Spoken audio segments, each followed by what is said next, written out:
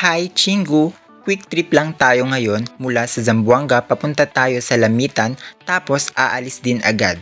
Tara! Ito na nga, sasakay na tayo para bumili ng ticket. Malayo-layo kasi ang pagbilihan ng ticket dito, kaya inagahan ko na ang pag-alis sa amin. 8 AM ako umalis at 8:40 AM ako dumating, depende kung traffic o hindi. Habang nasa loob pa ako ng sasakyan, inihanda ko na ang mga requirements para makapag-avail tayo ng ticket. Ang requirements pala ay ID at pera. Eto na nga, narito na tayo. Ibibigay lang natin ang ID at ang pera. At narito na nga, meron na tayong ticket papuntang Lamitan. Eto na nga, nakarating na tayo sa terminal. Papasok tayo sa passenger terminal building at mag-check sila ng bag at ticket.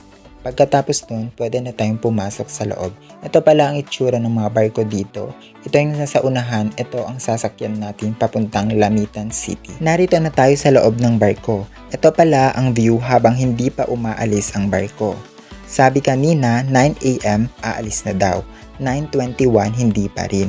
Nung 9:30, umalis na po ang barko. Unti-unti na siyang umaalis. Mga 1 oras mahigit lang biyahe sa dagat. Ang ganda lang tignan ng dagat, payapa lang.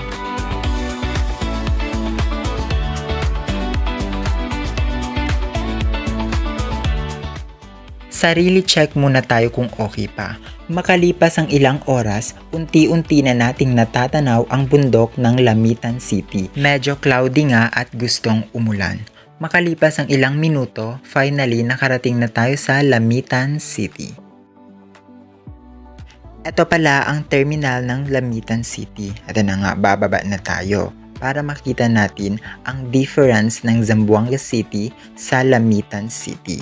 Ito na nga, nakababa na tayo ng barko. Pansin ko lang na parang magkaparehas lang ang Zamboanga City at ang Lamitan City. Kaso sa Lamitan City wala silang matataas na gusali kumpara sa Zamboanga City. In fairness dito, hindi masyadong mainit kumpara sa Zamboanga City. Kung magta-travel kayo papunta dito, mas better na may sasakyan kayo. Hassle kasi pag wala. Hindi ko pa nasasabi kung bakit tayo nandito sa Lamitan. Nandito tayo sa Lamitan kasi nga may wedding. Ito na nga, nandito na kami kumakain at malakas to yung ulan. Pero go lang. At habang kumakain kami, yung mga nanay at tatay ko ay nagbeso-beso na dito sa mga ikinasal. Sana all. After magbeso-beso, umalis din kami agad. Kita nyo naman parang hindi malakas yung ulan. Binaha na kami dito, sana all. Sabi ng nakakatanda, pag umulan sa araw ng kasal mo, more blessing at more happiness. Sabi ko lang. Habang umaalis kami, marami pa ring bisita ang dumarating. Sarili check kung okay pa.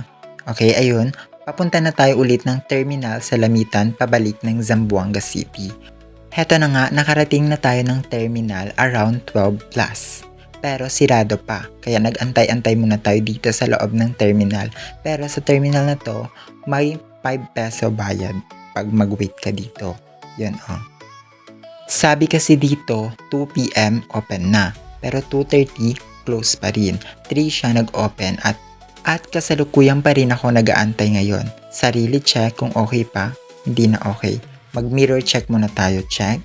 Outfit check muna tayo, check. Yan. Okay naman dito, malinis, pero may amoy. Makalipas ang ilang minuto, dumating na ang barkong sasakyan natin pabalik ng Zamboanga City.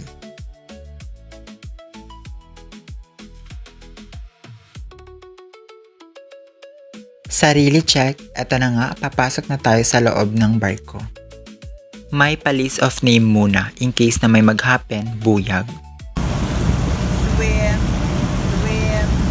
Water falling off your skin. Swim. Finally, nakarating na tayo sa Zamboanga City. Tignan nyo naman ang tahanan ko. Napakaganda ng sunset. Hanggang dito na lang, Chingu. Salamat sa panonood. Sana nagustuhan nyo ang unang vlog natin.